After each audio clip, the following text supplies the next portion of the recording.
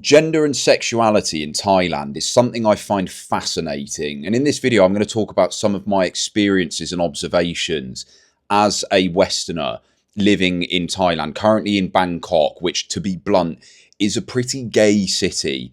And I want to compare it to the West and some of the other places that I've been. And I'm going to talk about gender and also sexuality in this. But the first things first, I want to say overall is that Thailand is a very tolerant country as far as I see it when it comes to sexuality. Now, on paper, people might say otherwise because gay marriage was only just legalized.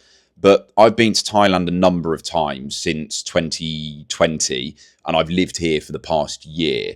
And even though on paper it wasn't, just the general way that people are with sexuality and gender is just so much more tolerant than what I've seen in most other places, maybe except from cities like Berlin, where everyone is gay in Berlin, but also kind of militant gay and very, very in your face and political with it. Whereas out here, it's much more just a thing of like, it's there. And yeah, we accept it. We don't care. It's pretty chill. And by the way, like just to set a little bit of context, in case you're wondering, I don't see myself as gay, straight, bi or anything. I see myself as fluid and generally just attracted to femininity. So that is mostly women, though a lot of them in the West actually seem to think that they're blokes now. But sometimes that could be men as well, if they're very effeminate. You know, I find myself more attracted to a ladyboy and a very camp, effeminate man than I would a masculine woman, right? So that's just where I stand with it. Maybe this influences the way that I see it. But overall, Thailand is very tolerant. And to dig into the first area of this, right, the trans/ladyboy way of looking at things. So when you go on the dating apps, particularly Tinder, you'll come across a lot of ladyboys and you'll come across a lot of girls saying things like, I am not ladyboy, which normally is a sign that they are. But what I've noticed out here is there is a hugely prevalent culture of the ladyboys. And in Thai, there's two main words that they refer to them as. One of them is katoi, or katoi, as they say it, which some people find offensive, I've found out. So I think some of the younger people, sometimes they find it a little bit more politically incorrect. But it generally refers to the second gender, or effeminate gay men. And the other word that they use is literally second woman, sao song, which means like girl too, literally translated. But there is very much this acceptance that there is a third gender in a way. And actually, if you speak to a lot of ladyboys, they don't call themselves women or trans. Some of them do. It really depends on the kind of person that they are. You know, some of them will be like, I'm a proud woman. Some of them will say I'm trans. In my experience, most of them, they don't actually do that. They say, no, I'm a ladyboy. There's quite a well-known ladyboy out here who's dating this Farang white influencer, this Ukrainian guy. She's called Chenny. And if you watch interviews with her, she says, no, I'm not a woman. I'm a ladyboy, right? So it's quite interesting to see that you've got that as a huge part of the culture, but you don't have the trans debate, especially the kind of militant trans activism and just insufferable gender politics that we have in the West, which is primarily driven by the trans activists who, you know, I really understand for trans people, for a lot of them it is a real struggle, and in the West a lot of them are discriminated against and not recognized as legitimate. But fucking hell, the activists, they do not help at all. They really do not help. And the attempts to rewrite basic gender differences and sex and essentially anything that indicates that actually there are biological differences between the two sexes and that most people align with the gender that is most closely associated with their own sex. Most men are masculine, most women are feminine. The attempts to rewrite that. I'm like Jonathan Ross today, man. I can't get my words out. The attempts to rewrite that in the West, I just think are so stupid and counterproductive, and it's confused so many people. It's led to an awful debate, and it's definitely part of the reason that so many men are, especially young men, are feeling very defensive about their own masculinity, and a lot of them feel guilt and attacked for it because masculinity has been stigmatized primarily due to feminism, actually, but also the gender activists and contemporary feminism. The fourth wave is very much in bed with that kind of woke gender politics, right? The third wave, they're all TERFs. J.K. Rowling, never mind a lifetime of activism for women, you're a TERF because you don't support a group of incredibly irritating, aggressive, and often stupid, mentally ill activists who are primarily narcissistic rather than actually interested in the concerns of a group of people who really do struggle, right? But that tangent aside, in Thailand, you don't have that same kind of environment around it. It is just accepted. You have the third gender there, and sure, don't get me wrong, it doesn't mean that there isn't discrimination that happens. Some people are, and I was recently speaking to a guy in a pub. He was Romanian and has lived here for about 15 years, and I asked him, why do some people say that using the word katoi is offensive? And he was saying because it's in the way that some people might say it. So let's say, the example he gave was, let's say there was a lady boy on a moped who mugged you off on the road, like they cut across you. It might be common for, say, like an older man or whatever to be like, oh, katoi, and say it in a derogatory way, in an aggressive way. But then when I spoke to some younger Thais about it, they were just saying, like, it's just a bit more politically correct. It's a bit nicer to say it that way. But yeah, you don't have that same kind of debate and environment here like there is in the West. Now, admittedly, part of that is because the democracy here isn't the same as back in the West, and I could be wrong. I am saying this off the top of my head, but as far as I'm aware, the level of education is lower here too. I could be wrong. I will correct that on the screen after this video if I am wrong, but yeah, they're generally in countries that have higher levels of education. There is more discussion that comes with these things. China might be a bit of an exception to that, actually.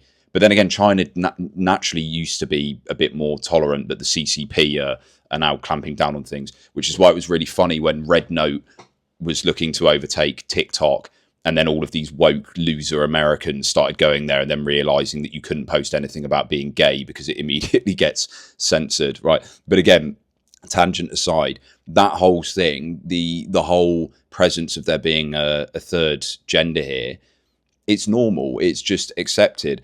And alongside that, the women are very feminine. The women are actually in touch with their femininity, which is something that I hear many guys out here, including the passport bros, but not just the passport bros, like guys that have moved out here for whatever reason and they've ended up meeting a woman. They'll say, yeah, the women here, they are actually more in touch with their femininity, and that's attractive. You know, a lot of women in the West, they have moved away from that. They've been told that they need to be more like men, and it's not making them happy, right? And when you have that combined with the telling men that they're bad for being men, that's an awful combination. It's no wonder that there's such a fucking problem with dating in the West at the moment, right? But the other thing that I would say with that too is, interestingly, some cultures, you have very feminine women, very masculine men. Albania, I was there earlier last year, very feminine women, very masculine men.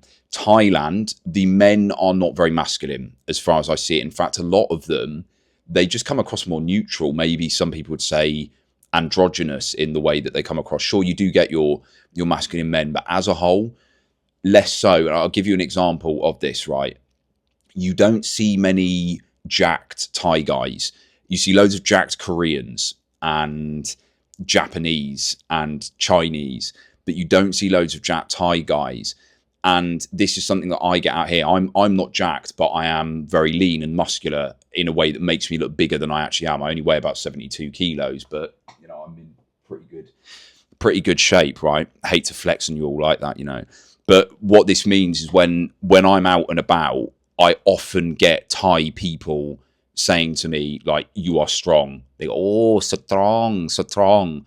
And like in the West, the way that I see that, and in particular, if you look at places like Russia, where you've got a lot of jack guys, that is very traditional masculinity, right? Getting muscular and having that muscularity. So I find it quite interesting in Thailand that you don't have that in the same way. That a lot of the men, they're more chill. They're just, well, which is very Thai. They're very passive. Like Thai people, they're very sabai, relax. They probably just can't be asked to go to the gym. Maybe that's why they'd just rather sleep and eat nice food and drink changs and drive the moped about rather than going to the gym. Can you really blame them?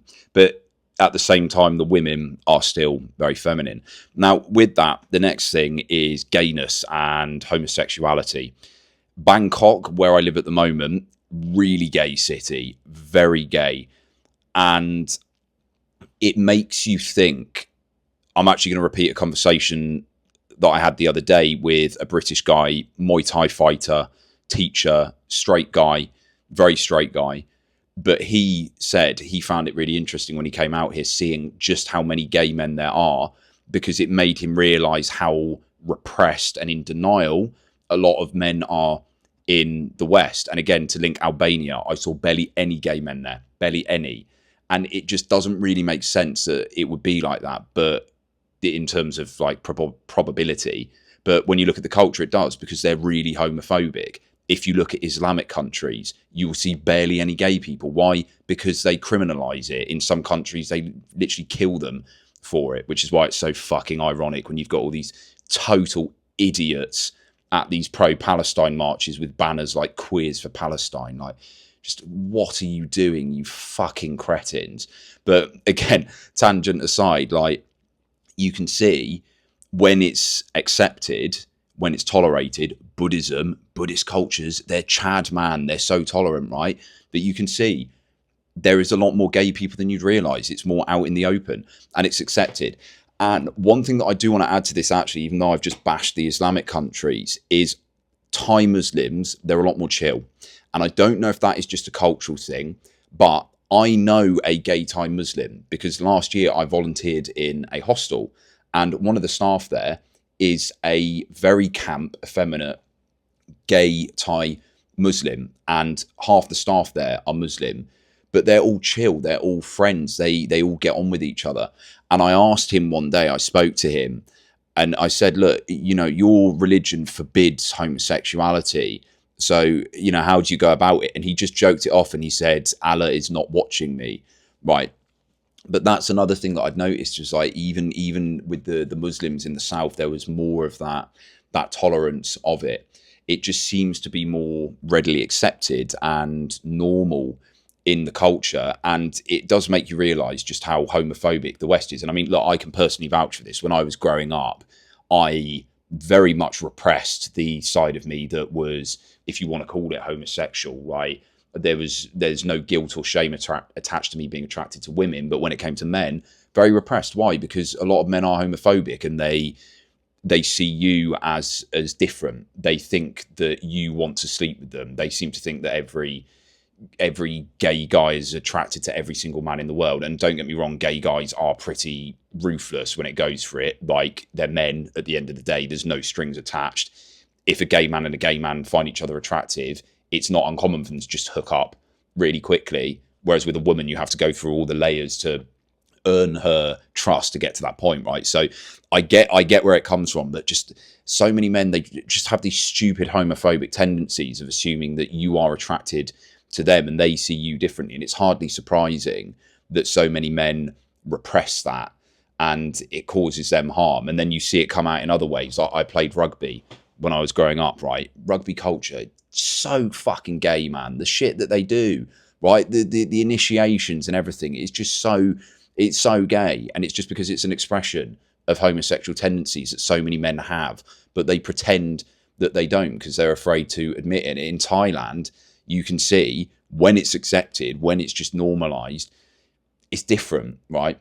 And that doesn't mean that homophobia doesn't exist, right? You could very much argue, look, homosexual marriage was only just legalized here in Thailand. Sure, there are some people who are homophobic, and sure, there is there's always been a thing, as far as I understand it, of men, particularly more masculine men, mocking effeminate gay men because they are men but more feminine. I remember one of my history teachers telling me, he was an expert in Roman history, and he said, look, in Roman times they didn't see sexuality as something like gay, straight, or whatever. It was more like giver, receiver, similar to ancient Greece. And he said that the only way that there was more the homophobia there was that it was just seen that if you were gay, you were more like a woman and therefore less masculine, right? And I think we have that in the West as well today. But in Thailand, doesn't seem to be that way. It's very normal, very, very normal.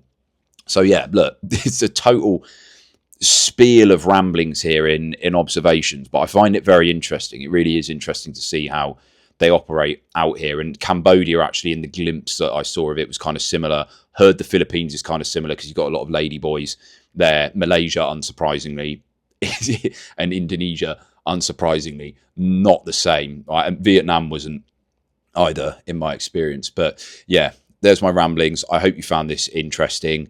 If you've got any thoughts to share below about your experiences of sexuality and gender out here and in the West, whatever it is, feel free to get in a fight with people in the comments section below and make it a total cesspit. I'll see you in the next video.